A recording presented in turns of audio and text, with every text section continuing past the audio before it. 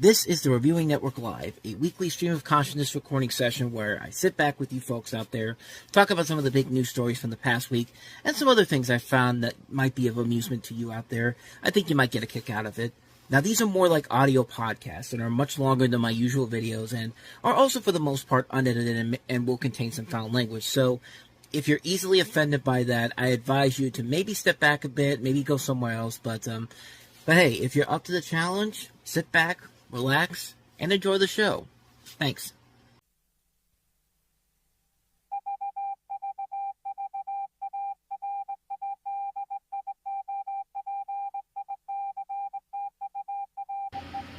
And for the 144th time ever, we are live from the Reviewing Network Studios. Hello, everybody, and welcome to the Reviewing Network Live. Most of you will be hearing this at a later time than usual. I'm gonna try to do something a little bit different with this particular episode.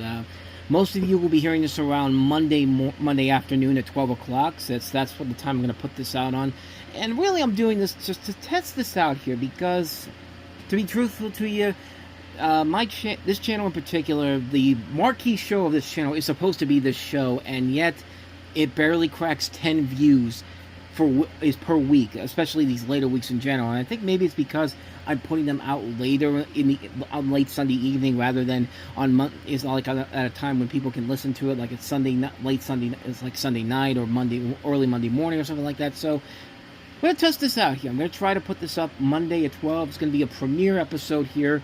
So yeah, it should be 12:02 is when it should start after the big 2-minute premiere intro that they give you. You know, the whole ding ding ding ding, and the countdown clock and all that. So you don't even know what the hell I'm talking about here. But I'm going to test this out, see if it works out here. But not really a whole lot of big stories in the world of the entertainment this week. It was kind of a slow week, mostly because Memorial Day was Monday. But the box office, on the other hand, though, is the biggest story of the week for a number of different reasons, which we're going to touch on right here. And I wouldn't be shocked at all if the whole show, most of the show, is taken up by the box office, because there is a lot to talk about. We're seeing movies premiering this week, some movies that premiered last week not doing so good, movies that premiered a couple weeks ago doing things that were unprecedented, and something that hasn't been done in over 40 years. I mean, this is a good time to talk about the box office in general because there's so much going on. So let's get right to it. Let's start off with because both new releases are in the top 5 this weekend.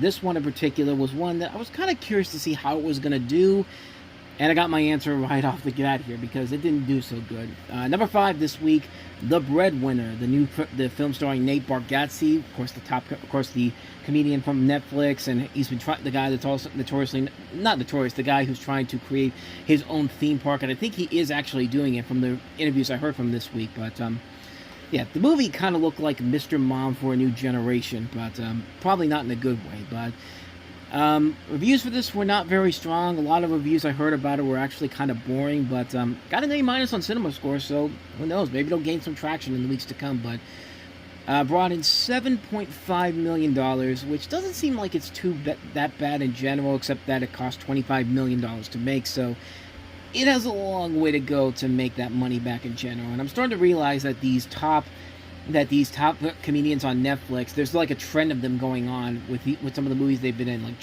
Jorge was another example. He did Easter Sunday about 4 or 5 years ago, which wasn't a big hit. Then you had Burt Kreischer, who did The Machine. There was one other one too. I can't remember who it was, but I could have sworn there was another guy like that. But I guess if you're a top comedian on Netflix, that doesn't always mean you're going to be a top movie star in general. And besides, who needs Netflix when you can be a YouTuber and find success at the box office? More on that in a little bit here, because yeah, it's been getting crazy with the top 2 films at the box office. But I don't know, this movie didn't look like much. I was really only looking forward to it because it was directed by the guy who did Weird, the Al Yankovic story. That was pretty much about it. But other than that, though, didn't really seem like there was much there, except like it's a watered-down version of Mr. Mom. So, but anyway, so that's number 5. Let's go to number 4. Still hanging in there after 6 weeks. Michael brought in $11.7 million after dropping 43% from last week. It's actually surpassed Oppenheimer with $339 million total, and if you include worldwide numbers, closing in on $900 million worldwide. Hey, Like I said before, it just goes to show you that you put Michael Jackson songs in a movie that is safe and marketable, the results will speak for themselves, even if the movie itself is not that good. So let's get to the most interesting aspect of this entire weekend, the top 3 films. And you can't really start this off by talking about the bad news first. For number 3, which was the number 1 movie last week, Star Wars, The Mandalorian, and Grogu dropped near 70% from last weekend, bringing it to, this weekend bringing in $25 million, $137.3 million. Worldwide, it's at $246 million. Now, there have been a lot of there's been a lot of mixed options out there about how much this film actually cost to make. It cost $165 million, but they said if you include marketing and other things, it costs like $300 million. It's going to at least make that money back overall, but I mean, yeah, it's not a good sign for this particular movie, especially considering that the top 2 films are R-rated movies, and this is the big family film out there until you get to stuff like, Toy Story 5, which right now is looking like it's going to do gangbuster business. So I guess Disney really shouldn't be complaining about this too much here. I don't think they're really complaining about this overall. I did a video on Monday talking about how I think people are going way too hard to try to make this like the testing grounds for future Star Wars movies. If this movie doesn't do well, it's going to be the end of Star Wars as we know it. I don't think that's the case whatsoever. I think it's going to really come down to what Star Wars Starfighter does next summer. If by that point that movie comes out and doesn't do well, Disney can't market it very well, then yeah, I'll go as far as to say that maybe you guys might be onto something here, but Mandalorian and Grogu was not a bad movie. I'm sorry to tell you this, but I think and what really bugs me about this movie not doing well is that because the top 2 movies are doing gangbuster business, they're not really talking about those movies being successful, but they're using it as a platform to talk more shit about The Mandalorian and Grogu because it's the internet. They killed Star Wars with The Last Jedi. They still won't admit it, and I keep telling you people, George Lucas ain't walking through that fucking door anytime soon. Have you seen him? He's dealing with his own stuff right now. I think his wife just passed away this past week. He's building a museum and all that and I mean, he's good. Like, he doesn't need your sympathy and all that. But I mean, yeah, it's a little disappointing that this film isn't doing well, especially considering that, there's not much family films out there. I mean, the Super Mario Galaxy movie came out less than 2 months ago. This was supposed to be the first big family film to come out to kind of bring the family dollars in here, and yet it's just not really working right now in general. But then again, it might just simply be because of the fact that the number 1 movie is a big intellectual property, but well, not really a big intellectual property, but it's a name brand. Like I'll touch more on that in a little bit here because something happened this weekend on social media that I kind of want to talk about with that, but. Yeah, I'm not too. It's like I hate that people are using what's going on with the top 2 films at the box office as an excuse to talk more shit about a movie they didn't like with The Mandalorian and Grogu. If you like the movie, if you like the movie, like the movie. If you don't, leave people alone. Like seriously, leave people alone and just let them enjoy whatever they want to, man. I mean, yeah, it sucks that this had a big drop off, but maybe it's going to really depend on what happens next week here. If Masters of the Universe overperforms and takes a lot of those family dollars away, I mean, yeah, there could be a problem here with this particular film, film at the box office in general, but it's not really a good sign when IMAX literally got screenings for Masters of the Universe when they weren't even going to do that just a couple of days ago. That's not a good sign for that film going forward, But yeah, we'll see what happens here. I think it's not going to have as big of a drop-off next week, but, I mean, you don't know. We don't know. We'll see what happens there, but let's get to the most intriguing thing that we're seeing right now, because really, this is something that we haven't seen in a long, long time. I never really got to see this in my lifetime. I think the only movies that I've ever seen with a film like the number 2 movie here that did something similar to this, where people just kept coming back and coming back, was Titanic and Avatar, and even then that had small drop-offs, but I've never heard of a movie like this where people are not only coming back to see it, but new people are coming to see it because the word of mouth is building on this. You don't usually get a film like this, like Obsession, to do just that, but lo and behold, moving up 10% from last weekend, $26.4 million in 3 weeks. It's already brought in $104.7 million. Its worldwide gross is $150 million. They're saying possibly $250 million worldwide for a movie that cost $750,000 to produce. I mean, you got to give your applause and credit to these people, man. I mean, they did such a good job. Not just the people who marketed the movie. The movie did very well in its opening weekend, but you have to give the audience a lot of credit too, simply for the fact that they just keep coming back to this movie, and it keeps growing every single week. The last time we had something like this happen was E.T. the Extraterrestrial back in 1982, and this was back when the biggest blockbusters didn't have over 4,000 or 3,000 theaters. It was mostly, at the most, it was like 2,000, less than 1,000 theaters. I'm looking at the numbers for E.T. When that opened up, E.T. only opened up in 1,100 theaters and made $11 million, which, by today's standards, that's considered a failure if a blockbuster opens that big in general. But again, much different times than where we were now. That was 44 years ago. But like I said, E.T.'s numbers kept growing and growing every single week because people kept coming back to see it. I mean, like I said, $11 million the first weekend. Second weekend, moved up 6% to $12.6 million. The following weekend, 8.9%, $13.7 million. But then again, they also had the benefit of Independence Day weekend the following week. But even then, they had a small drop-off. But nevertheless, people just kept coming back and back and back to see this film. I mean, it's something that we haven't seen done before in a long, long time. Like I said before with Titanic, when Titanic opened, $28.6 million. Doesn't seem like much for a movie that had at that point the highest budgeted film of all time. But $28.6 million. Grew up to 23.8% the following weekend, but then again, that's Christmas week. Then dropped 6% to $33 million. I mean, I'm trying to think of and then Avatar, when that opened up, I can get the numbers here. Avatar opened up to $77 million and then only dropped 2% to 75%. The $75 million, 9.4%. I mean, we don't usually see blockbusters like this have these small drop-offs the way that this Obsession has been having here. And it hasn't even dropped off yet. And yeah, I mean, it's unprecedented to see what's going on here. And it's well-deserved. I mean, Cory Barker made a great movie. The people behind this movie made a terrific film. And they did a great job of selling it to people. And the big question is, we're in unprecedented territory with a film like this here. I don't know how much further this movie potentially could go here, especially with two big blockbusters coming up this weekend with Masters of the Universe and Scary Movie.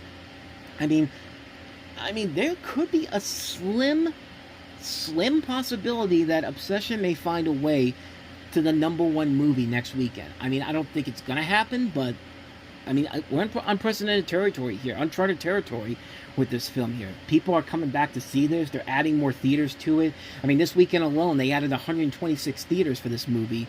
I wouldn't be surprised if that happens. I mean, that could happen, but we don't know. We'll see what happens. We will see what happens next weekend. I know that Scary Movie and Masters of the Universe are currently speculated to make more than Obsession possibly, but I wouldn't be shocked at all if Obsession somehow sneaks its way into the top spot here. I mean, it just feels like a film that could do that. But not only that, the #1 movie, a film that I didn't even think was going to do anything in particular, but just goes to show you how much of this property is beloved by a lot of people. The #1 movie this week, Backrooms. Now, I knew about this. I knew about the the web series beforehand. The Backrooms creepypastas and all that. But I didn't think this movie was going to have the legs that this film eventually ended up having. I mean, this thing did incredible business for a film that cost $10 million. Directed by a guy who's 20 years old, Kane Parsons, the creators of this. You got a film produced by James Wan, produced by Sean Levy, Osgood Perkins. You got Chiwetel Ejiofor, Renata Reinsve, who just was nominated for an Oscar this past year. I mean, talk about striking at the right time, man. I mean, this movie brought in $81.5 million. If you count the worldwide numbers, it's up to $118 million. I mean, A24 movies don't usually open that big in general, and this was easily their biggest opening. Just to give you kind of context of how big an opening this movie had, I mean, the biggest opening weekend before this film came out was, what was it? I was trying to think of what it was. That was $25.7 million. That was Civil War, which was a great movie and and was actually I think the last, if I remember correctly, I think that was the last movie that A24 had as the #1 film. I don't think anything between then and this has opened up for A24 at the top spot, if I'm not mistaken. Just checking here just to make sure. See, Civil War. Civil War came out on April 12th of 2024. Wild Robot, Terrifier, Red One, Avatar, Chainsaw Man. Yeah, as far as I know, nothing else has opened up for A24 at #1 since then. But yeah, this was unexpected, man. And it was a movie that, was well received by critics. From the stuff I saw from it, looked pretty impressive overall. And keep in mind, there was no big real names attached to the leading cast here. It's just, it's just them relying solely on this property. And lo and behold, a lot of people did come out to see it. Now, granted, it was very front-loaded because on Friday it brought in $38 million. And considering that it made $81 million for the whole weekend, you got, what, $43 million on Saturday and Sunday alone. And ordinarily, when it comes to an opening weekend of a movie, you usually do your best business on Saturday. Like, Saturday is when you'll see the biggest numbers, and then Sunday kind of goes back down a little bit, maybe below Friday's numbers. But yeah, this weekend in particular, this one was heavily front-loaded, you could tell. So I think more than likely, it's probably going to lose a lot of business in the next couple of weeks. But hey, A24 is not complaining about that at all, man. Because yeah, like I said, it's their biggest opening weekend ever. It cost them $10 million to make. So unless they spend a shit ton of money on marketing, they're going to make their money back on this movie, no doubt about it. But I don't know. I didn't plan on seeing this anytime soon. I'll probably get to it once it comes out on physical media and all that. But mostly because there's just other things coming out in the next couple of weeks. But yeah, this summer overall has been really, really stacked with a lot of big money makers in general, from stuff that I was really not expecting to do that. I was not expecting Michael to become as big of a success that it was, or The Devil Wears Prada, which just crossed $200 million this weekend. Like Mortal Kombat 2, I thought maybe Mortal Kombat 2 might find an audience, or Mandalorian and Grogu, but so far that has not been the case. But yeah, which does bring us to next weekend, where right now it's looking like Scary Movie will just be above Masters of the Universe. But even then, Masters of the Universe could get benefit from the positive early word of mouth that's been coming out on it. All the word of mouth I've been hearing about it has been really, really solid overall. So yeah, I'm definitely looking forward to that. Scary Movie, not so much. Like, the more advertising I see for this movie, the more I'm just kind of like, yeah, and just the way that the people are selling the movie, the stars are selling it, just like trying to. It feels like the antithesis to The Naked Gun. Like, the movie might become a big hit, but that won't make the movie any better if the movie turns out to be as obnoxious and as unfunny as those trailers have made it out to be. Because right now, I've not been really impressed by what I've been seeing so far here, But there is one more thing I want to cover about the box office in general right now, because it's a good time for the movies right now.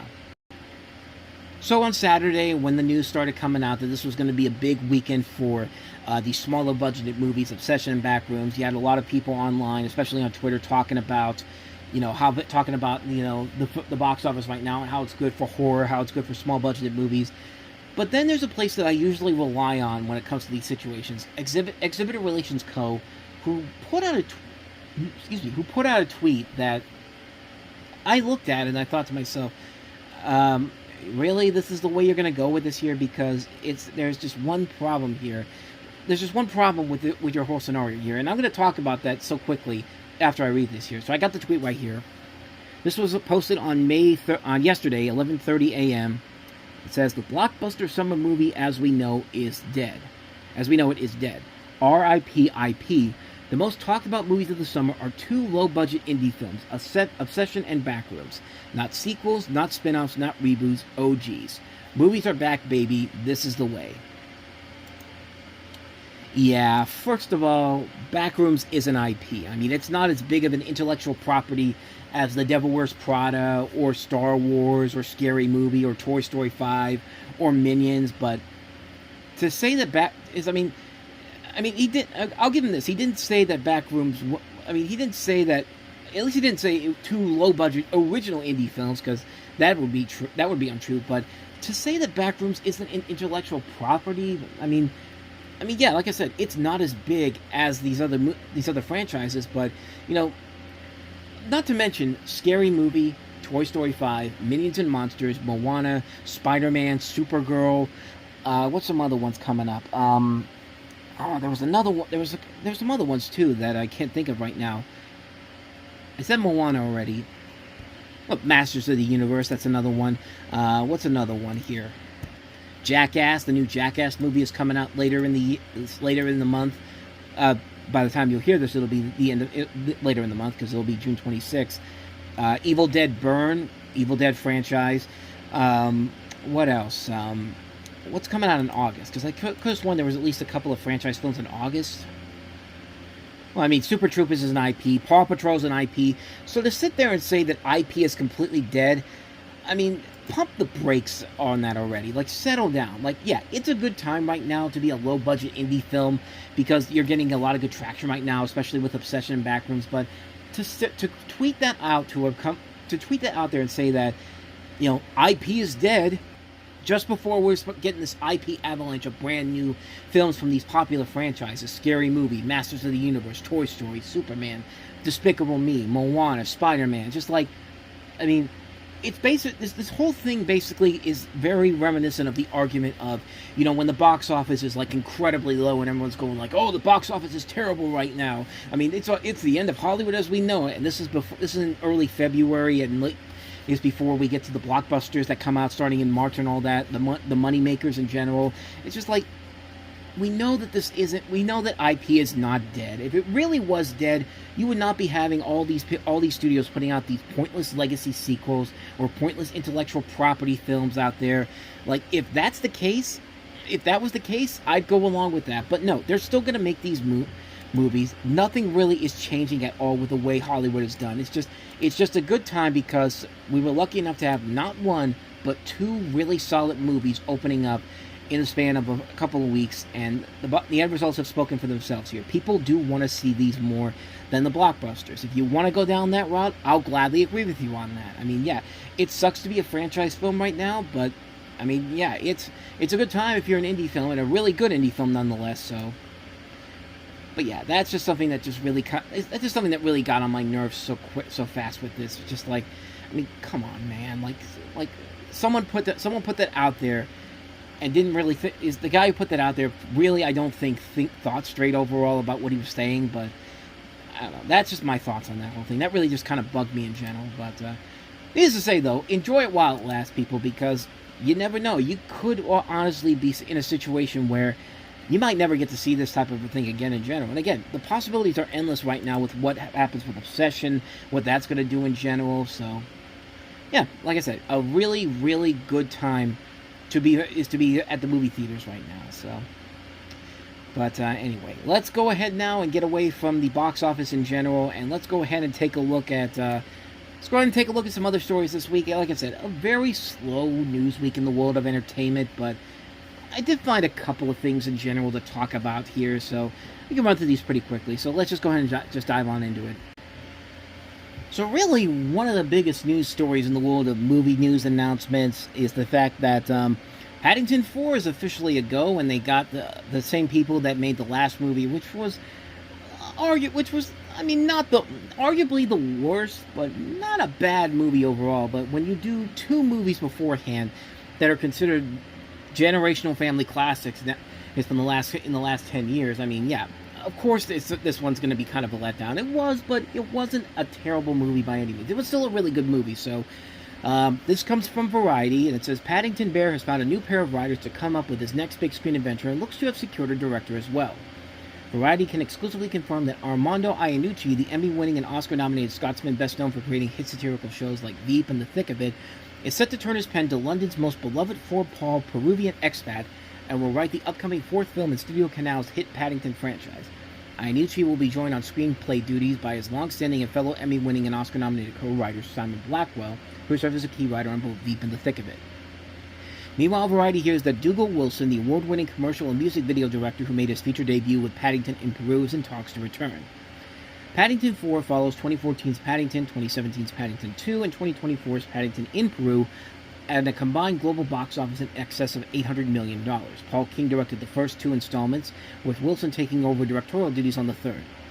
Rosie Allison, who first came up with the idea to give Michael Bond's Red-Hatted Bear the live-action meets VFX big-screen treatment some 20 years ago, continues as producer for Heyday Films. The fourth Paddington movie was only officially announced earlier this year at CinemaCon. Studio Canal CEO and Canal Plus Chief Content Officer Anna Marsh revealed that the film was in development but shared little else other than that world-renowned comedy writers have been hired. And sure, they were right on that one, because, yeah, Iannucci, of course, gave us Veep, which I think is a terrific show. Also created the character of Alan Partridge, and, I love the Paddington movies. And like I said, Paddington in Peru was the least of the enjoyable films, but it's still a good movie regardless. It's a film that you could still watch and be like, yeah, this isn't as good as the other Paddington films, but this is still a really good movie. And really, it just is, as long as they can still make these characters likable and these movies still enjoyable to watch, I really don't think it's going to be that big of a deal if you don't have Paul King back in there. But like I said, the last movie worked very well overall, and I love the other movies as well.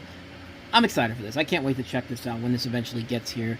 I'm going to be curious to see who's going to be releasing it, because the last couple of movies, all the other films have been released through different studios. The first one was released through the Weinstein Company, and then the second one was released through Warner Brothers, and then this one's through Sony. Are Sony going to release it again, or are they going to go to another studio? Will Disney get their hands on it at one point? Who knows? Maybe. But, yeah, so not much more to say about that one in particular, just that Paddington 4 is a go. So, moving on to the next story. So next up here is something that was literally just announced as late as Friday, and that is the fact that The Birds is getting a remake in the form of a limited series. This is from Deadline Hollywood. 63 years after the release of Alfred Hitchcock's The Birds, one of the most recognizable horror titles in the history of cinema, is getting a remake in the form of a limited series. The high-profile package, which is being taken out to buyers, has Emmy winner Sarah Snook from Succession and All Her Fault starring, and Tom Spiazali from The Leftovers and Watchmen writing. It comes from Universal International Studios, where sibling Moody studio Universal Pictures produced the 1963 feature, and Heyday Television, producer David Heyman's joint venture with UIS. The Birds limited series is described as a visceral present-day reimagining of Hitchcock's classic set in Spizzali's home state of Alaska, with a murder mystery at the center and new characters led by a new female protagonist, Myra Macy, played by Snook. Inspired by the films and Daphne du Maurier's short story it was loosely based on, The Birds introduced traveling magistrate Myra Massey as she returns to her isolated Alaskan hometown for a routine presumptive death hearing, expecting a simple cold case. Instead, she finds her childhood friend's bullet-ridden body. When Mira is forced to step outside her role as judge to untangle the mystery, nature itself turns hostile as a wave of bird attacks. Now, Mira isn't just trying to close a case. She's finding to survive in a place where death lurks in both the shadows and the skies. The Birds did it! I'm calling it right now! This basically sounds like it's going to be Birdemic, except not suck. Because Birdemic is not a good movie, obviously, but if I'm going to take a wild guess here, I'm going to say that The Birds either is going to go to Peacock, or if Peacock is not even going to do that, Apple TV. I don't think any major network is going to look at this and say, oh, we want to do this because we could see the potential moneymaker here, because, we still don't, studios still don't know how to handle the streaming markets and all that, But I'm reading a couple of interesting things about how they've attempted to try to revisit The Birds in film form in the past. It says here there was a feature remake announced in 2007, which was going to star Naomi Watts and have Martin Campbell to direct. Would have been interesting to see overall. But there was also a BBC series that was set to be written by Connor McPherson. It was going to feature the post-World War II era Cornwall setting of De Mornay's novella. But, I'm very curious. I'm actually kind of curious to see how this will work in general. It's tough to remake a classic film, especially from Hitchcock, but then again, they did a pretty good job with Psycho when they did Psycho 2 back in 1983, and everyone thought, why are you remaking Psycho 3? Why are you doing another Psycho movie? That makes no sense to do so, but lo and behold, in a year where you had Staying Alive, the Saturday Night Fever sequel, Jaws 3D, Psycho 2 ended up being the best sequel out of all of them, but don't worry, they'll ruin that with Psycho 3 in 1986, as I just took a look at that recently on Time About the Movie's Flashback. But yeah, more than likely I think this show, if it gets on the air, it's going to go through Peacock first, because I think that, NBC and Universal, I think, are going to have their hands on this first overall. But who knows? Maybe it might go to prime broadcast television. Maybe this could be the thing that gets them back on the right track again. Or maybe not. We'll see. But let's go ahead and move on to the next story I got here for you. You thought the Bone Temple was the end of the 28 Years Later trilogy? Evidently not. As again, this story came out on Friday. That should tell you how slow of a news week it really was, when the most noteworthy news worth talking about is coming out on Friday. But this comes from Deadline. Following 28 years later of the Bone Temple, Danny Boyle is looking forward to completing the trilogy as soon as possible. The Oscar-winning director recently noted he would have liked to have had the film The 28 Years Later 3 consecutively with the previous two movies, but he literally ran out of time with the location. We ran out of time, he told Joe Blow. Because it's in the state of an area of Britain where you can only film at certain times of the year, we ran out of time this year. We literally ran out of time, so it'll be hopefully, fingers crossed, next year. But there's the enthusiasm there, as Alex Garland has done a wonderful script for it. In December, Deadline exclusively revealed that Sony is moving forward with 28 Years Later 3 with Alex Garland returning to write. Boyle has previously expressed interest in returning to the director's chair for the concluding film of the trilogy. So, yeah, I probably should have remembered this, because I'm pretty sure I did cover this on the Reviewing Network Live back in December when this first got announced. So that just goes to show you how much I completely forget about what shows I'm doing since then. But yeah, the 28 Days franchise has been very mixed overall. I mean, the first movie's a classic film, there's no question about it. 28 Weeks Later, not so much. I really didn't like 28 Years Later, mostly for the third act in general, but I thought the Bone Temple was pretty good. I thought they found a way to get it back on track again, so, I mean, yeah, like I said, I'd be willing to see what they do with a new 28 Years Later film, but, yeah, that's my dumbass for completely forgetting that they already announced this movie, and I did cover this already. I'm pretty sure I did. If not, then I should have, but, anyway, I got nothing else for you on that one. Not much more to say about that, except that, Danny Boyle's hoping that we get to see 28 Years Later 3 be filmed next year, so let's go ahead and move on to some other stories going on in the world of entertainment. So, whether you like it or not, AI is going to keep trying to push itself as the future of entertainment, and there was certainly a very interesting story with one animator this weekend who should know better, because, I mean, he spent weeks beforehand talking about how much he doesn't like AI, and yet we were all shocked to find out on Wednesday when the news came out from Deadline that Prime Video has ordered 3 different Gen AI animated series from the new Amazon MGM Studios AWS Creators Fund. And these stories are from Deadline. 3 animated shows have received orders by Prime Video via the Gen AI Creators Fund, a new joint initiative of Amazon Web Services and Amazon MGM Studios. The projects are Cupcake and Friends from BuzzFeed Studios, which was just purchased by Byron Allen. More on that in a minute. Love Diana Music Hunters from creator Albie Hecht, a former Nickelodeon executive who's now Chief Content Officer at Pocket Watch. And Punky Duck from creator Jorge R. Gutierrez. Now, if you don't know this name, you probably have seen his work before. You've seen his work if you've watched El Tigre, or if you saw the movie The Book of Life. That's that same animator, and he's also working on the Speedy Gonzales movie. And, yeah, there was something about this whole thing where basically, he shot himself in the foot with this whole thing, because he spent months and years talking about how AI wasn't the future, how AI wasn't going to be anything overall. And yet it shocked everyone when you hear his name being tossed around with this. He even comes around to say, they describe the show as a lovable punk duck and his best friend Smiley Cat as they tear through a widely exaggerated Los Angeles, hilariously stumbling into alien invasions, giant monsters, robot criminal conspiracies, telenovela-style family drama, and supernatural mayhem, all while trying and usually failing to do the right thing. So yeah, you hear this story in general, and not but one day later, not even a day later, 2 days later, because everyone online was basically looking at Gutierrez and going, sell out, hack, that type of thing, just calling them out for obvious reasons, because yeah, what you're doing is going against everything that you said you were against. And sure enough, 2 days later, the project was scrapped. And Jorge basically had to come out and apologize to everybody. And once again, it's from Deadline. Jorge R. Gutierrez, one of the filmmakers behind an AI-driven project greenlit by Amazon Prime Video via a newly established creator fund, has decided to scrap the series, citing backlash from creator peers and friends.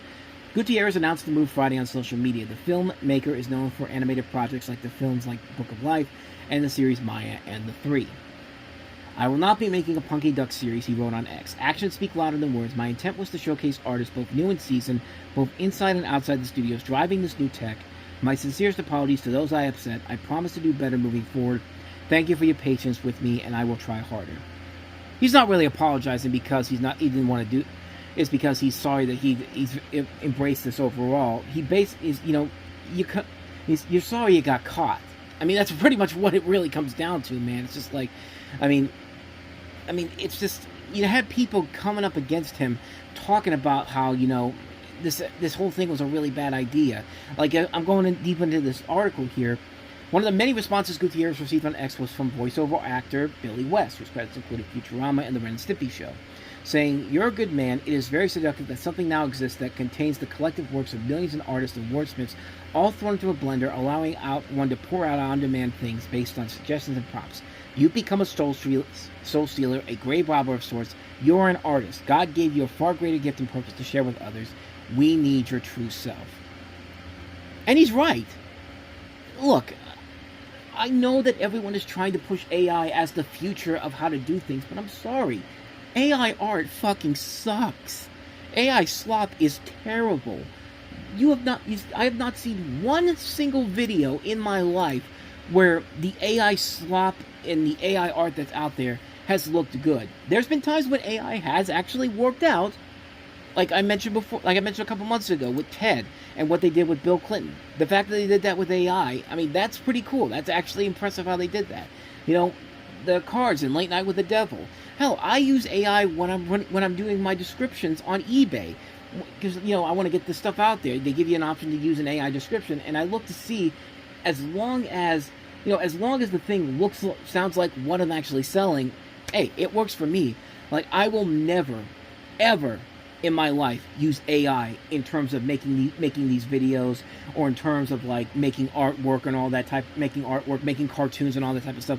I would never do that in my entire life. And you can quote me on that right now. Now watch in 10 years time, now watch in 5 years, I'll be just like, hey guys, I created this new animated project through the power of AI. And then people will come back to this and just like, sell out, shame. Like, yeah, it sounds like AI is the way to go, but I'm sorry, it's just not. Nobody has been able to convince anybody that making something out of AI, in terms of a feature film or a cartoon or a TV series, has worked out. It's just not feasible right now.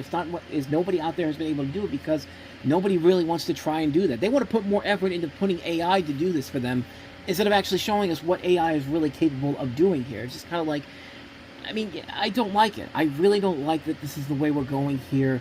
And sadly, it's only going to get worse before it gets better here. So, Jorge can apologize all he wants to, but I really don't think he really means it overall. I think it's just something where, he basically, I feel like, did it because, people were getting on him, even people respected in his community, in the animation community as a whole, just like, yeah, it's just like, you're not really sorry for it. You're sorry you got caught. That's really what it comes down to here, So anyway, that's all I have to say about that one. So let's go ahead and move on to the next story we got here about the upcoming event that's happening on the 4th of July, America's 250th birthday. Let's talk about the UFC match taking place at the White House and these BS rules that they've got here. Holy God. So, I really wasn't paying attention to the upcoming White House UFC fight. I don't really watch UFC in general, but the whole thing going on right now, it's really hard not to when you see this freaking stage being being built in front of the White House. The whole thing is ridiculous on its own merits as a whole, but man, this thing got even stupider by what I read this weekend. If you didn't see this is unbelievable here. This comes from CNN, and it says here, Senate Pentagon leaders are putting together a list of uniformed U.S. service members who will be offered the chance to attend the UFC fight at the White House next month, hosted by President Donald Trump. But tickets will only be given to those who meet military body composition standards, according to guidance memos reviewed by CNN and sources familiar with the process. Ticket recipients are required to meet the Dow waist-to-height ratio standards of less than 0.55, as well as all service-specific physical fitness test requirements. One of the memos sent to service members saying, using the Pentagon's preferred acronym for the agency. That figure is roughly in line with standards for service members that the Defense Department put in place earlier this year when it made waist-to-height ratio the new body composition standard for measuring a service member's warfighting readiness. The Cleveland Clinic lists the average height of American men and women at 5 feet 9 inches and 5 feet 4 inches, respectively. At those heights, troops would need to have a maximum 37-inch waist for the average man and 35-inch waist for the average woman. The switch in the body composition standards is part of an intense focus on physical fitness by Defensive Secretary Pete Hegseth, who described his vision for the military in a speech to senior uniformed leaders last year. There will be no fat troops or fat generals and admirals in the hall of the Pentagon. Hegseth said in the October event during a speech at Marine Base Quantico, Virginia. Well, guess what, Betty? You should take a look at the man who's running the office right now, because he would not be in the perfect position to be at this event. But wait, of course he's going to do it anyway, because that's what he does here. I'm sorry, but even if you're not a UFC person in general, what an insulting way to honor the people who defended the country. It's just like, yeah, fight for your country, but we're still going to treat you like shit because you weigh over 300 pounds. It's just like, the average viewer for the UFC is over 250 pounds. Like, they are fat people. You are alienating your freaking audience by doing this. I mean, how stupid do you have to be? No, honestly, how stupid do you have to be to allow this to happen like this? I mean, it makes no sense whatsoever. Like, what do you think is going to happen when people tune into this event on July 4th and see all these good-looking men and all these good-looking skinny men and all that watching this event? Just like, you know good and goddamn well that nobody's going to buy into your BS. But then again, maybe they are buying into your BS because we allowed this to happen not once but twice in our lifetime voting this guy in. But, oh my God. Yeah, I got nothing else for you. This is really, really stupid. This is one of the stupidest things I've ever seen or heard in my life.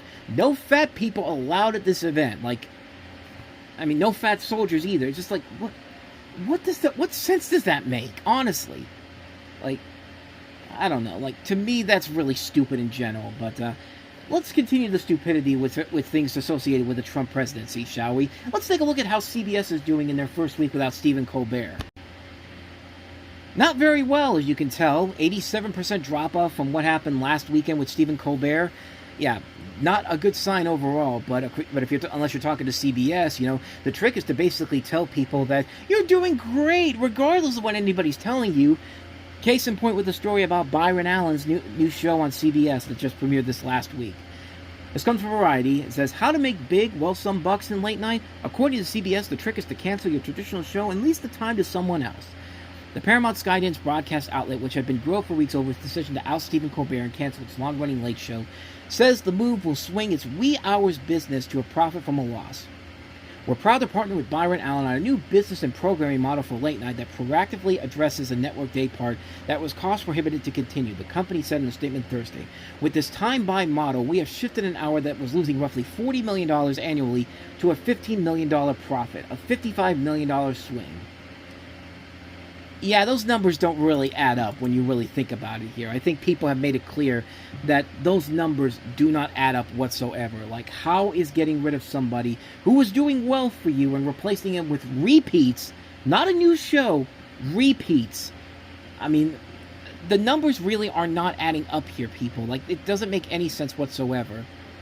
I mean, when the show premiered, this new show at 11:30, it dropped 85 to 87% from the $2.5 million that Colbert was averaging. You know, it doesn't make any sense whatsoever why they think this. But, you know, some people is according to this article I'm reading here, some people argue that the $55 million swing calculates only the short-term network balance. By abandoning only original late-night broadcasting, CBS loses a crucial anchor that leads into its late-night local affiliate news broadcast, which could negatively affect overall network prestige.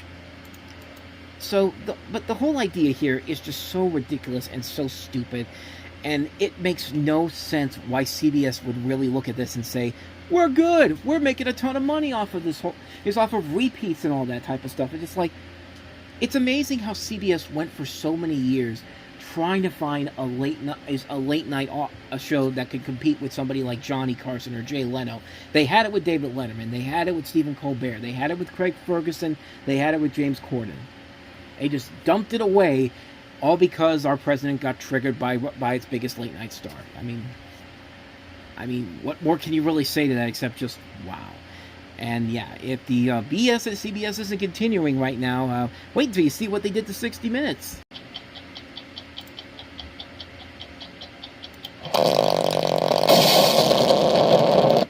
You hear that, ladies and gentlemen? That is the sound of an institution dying right before our eyes. 60 Minutes. Of course, has been on TV since 1968 and has been one of the most reliable shows that still remains on network television. But of course, the new regime over at Trump Paramount basically said, yeah, this is great and all that, but we can make it better by completely dismantling everything that was working in the first place here, because, yeah, right now, things are not looking too good over at 60 Minutes, as this last week overall was just a unmitigated disaster for them. I mean, good Lord. I mean, talk about a terrible, terrible week for 60 Minutes in general. So let's start off with now the person who's running 60 Minutes now. In her most significant move yet since taking over CBS News last year, the network's editor-in-chief, Bari Weiss, launched a major overhaul of its flagship news magazine, 60 Minutes, installing veteran feature journalist Nick Bilton as the new executive producer of the venerable News Weekly, while parting ways with a handful of top producers and correspondents.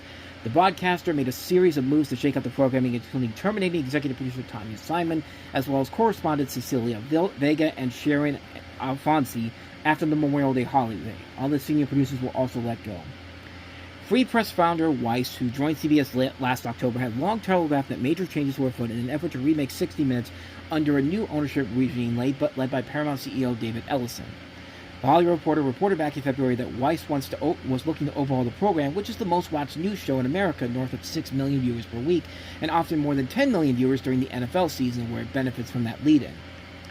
Simon, a 25-year veteran of CBS News and the venerable news magazine, sent a note to 60 Minutes staff Thursday, which was obtained by the Hollywood Reporter, acknowledging that her time as executive producer of 60 Minutes and at CBS News is coming to an end. The hire of Bilton, a TV news outsider, was a shock to many inside CBS.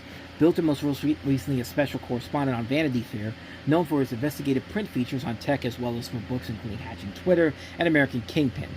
He also wrote and directed the HBO documentary Fake Famous and produced the premium cabler's Theranos doc, The Inventor Alfred Blunt in Silicon Valley. He's also writing a feature script for Martin Scorsese that would star Dwayne Johnson, Leonardo DiCaprio, and Emily Blunt, though it's not clear what the status of that project is.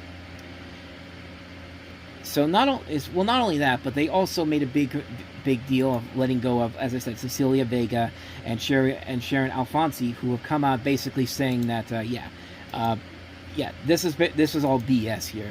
This is again from the Hollywood Reporter. Cecilia Vega, the veteran TV news correspondent who was fired from 60 Minutes on Thursday, said in a fiery statement, "I very much fear what comes next for the long-running news magazine, which is undergoing a major overhaul under CBS News editor-in-chief Bari Weiss." Weiss terminated Vega and fellow 60 correspondent Sharon Alfonsi, as well as executive producer Tanya Simon, hiring Nick Bilton to become the show's new EP. In her statement, Vega said that in recent months, my producing teams and I have experienced efforts to insert political bias into our stories, though she did not go into detail about what they entailed. Reporting teams have held back on submitting story pitches about important news topics out of field for the internal repercussions. Let's call this what it is: censorship, both imposed and self-driven. It is dangerous for the show and dangerous for democracy. Vega joined 60 Minutes 3 years ago from ABC News, a major move for the network's news veteran. "I held the line and refused to incorporate suggestions that offended the conscience, a phrase I borrowed from a colleague who also fought to keep questionable editorial suggestions away from the facts. I know from many conversations with colleagues that many producing teams and correspondents working on the show today have had to fight to maintain editorial independence with regularity. I am far from the only 60 Minutes correspondent who has asked herself, what is my personal red line? How much can I push back before I pay the price?" So not only that, but also Sharon Alfonsi came out talking about her getting fired as well. And this one was probably the most egregious one of them all. 60 Minutes correspondent Sharon Alfonsi is out of the network, a culminating event sparked by a Spike segment that she worked on last year in a public clash with CBS News editor-in-chief Bari Weiss. Alfonsi stated that her contract with the network for 60 Minutes officially lapsed over the Memorial Day weekend, though she technically remained employed as an at-will employee. That is no longer the case, noting that Alfonsi has been formally let go. Over the weekend, my contract with CBS News expired, drawing to a close nearly 20 years with the network, including more than a decade at 60 Minutes. Alfonsi wrote in a statement, following an intense editorial dispute over our CCOT story, repeated attempts by my representation to establish a path forward met with absolute silence from network executives. The message could not be clearer. My time at 60 Minutes is apparently over. In the coming days, network leadership may attempt to hide behind corporate euphemisms like modernization and restructuring to explain away my departure. Don't be misled. This was a routine corporate transition. It was a deliberate choice to penalize the journalists who are refusing to sanitize factually accurate reporting, and it sends a chilling message to the entire newsroom. Her statement continued, fearless, independent reporting has always been the defining standard of 60 Minutes.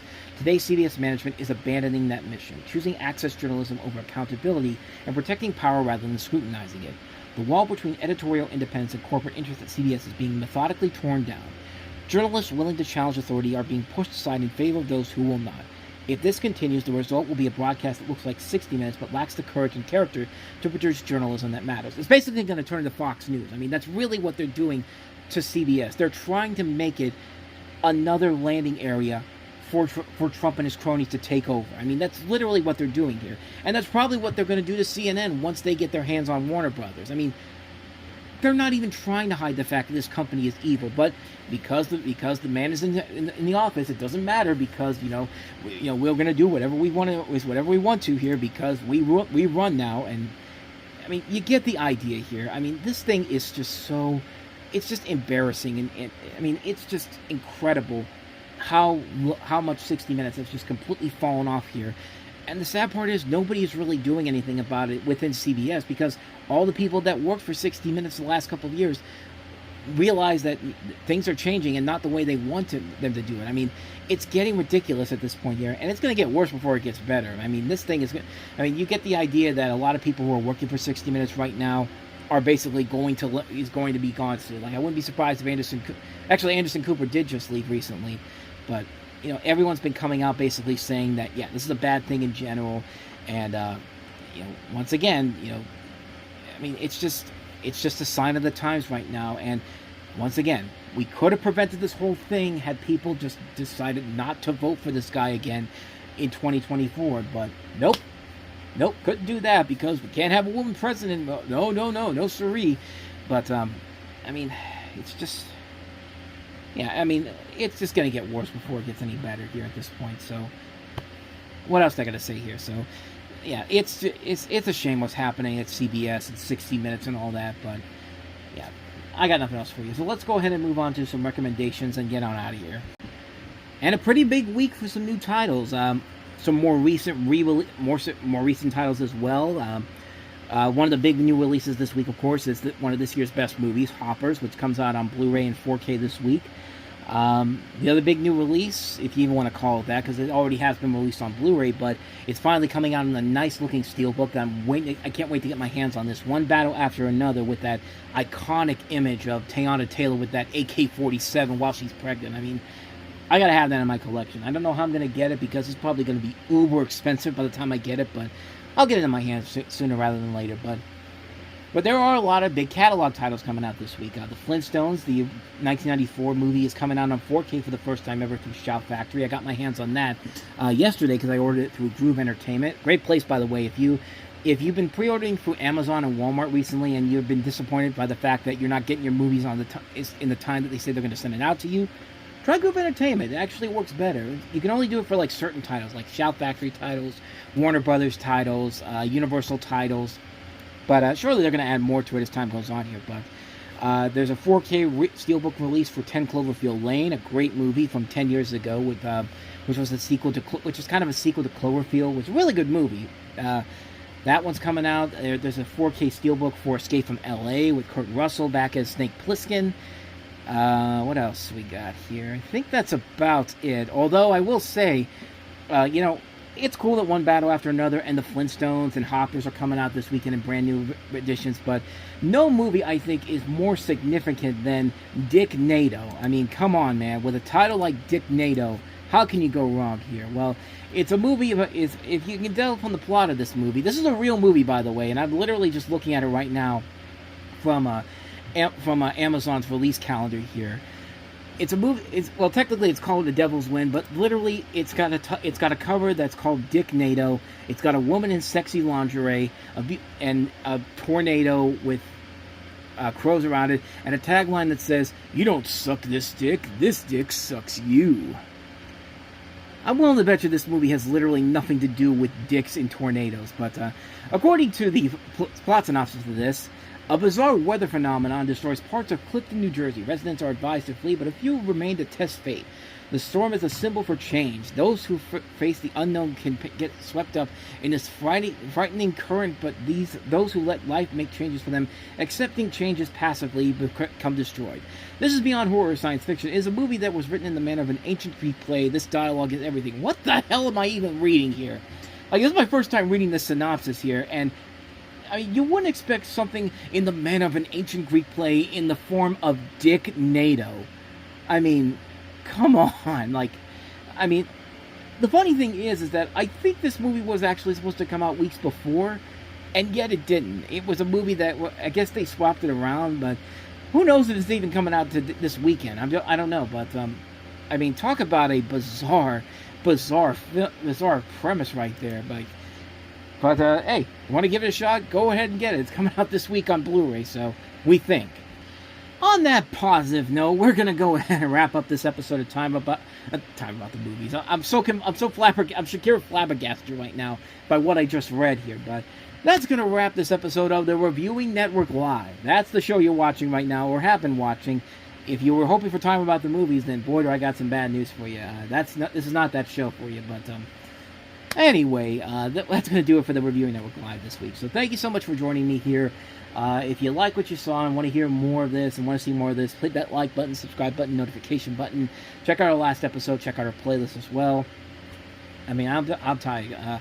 Like I said at the beginning, this is going to be posted on Monday afternoon rather than late Sunday night. We'll see how this works out in terms of getting the show out there to people.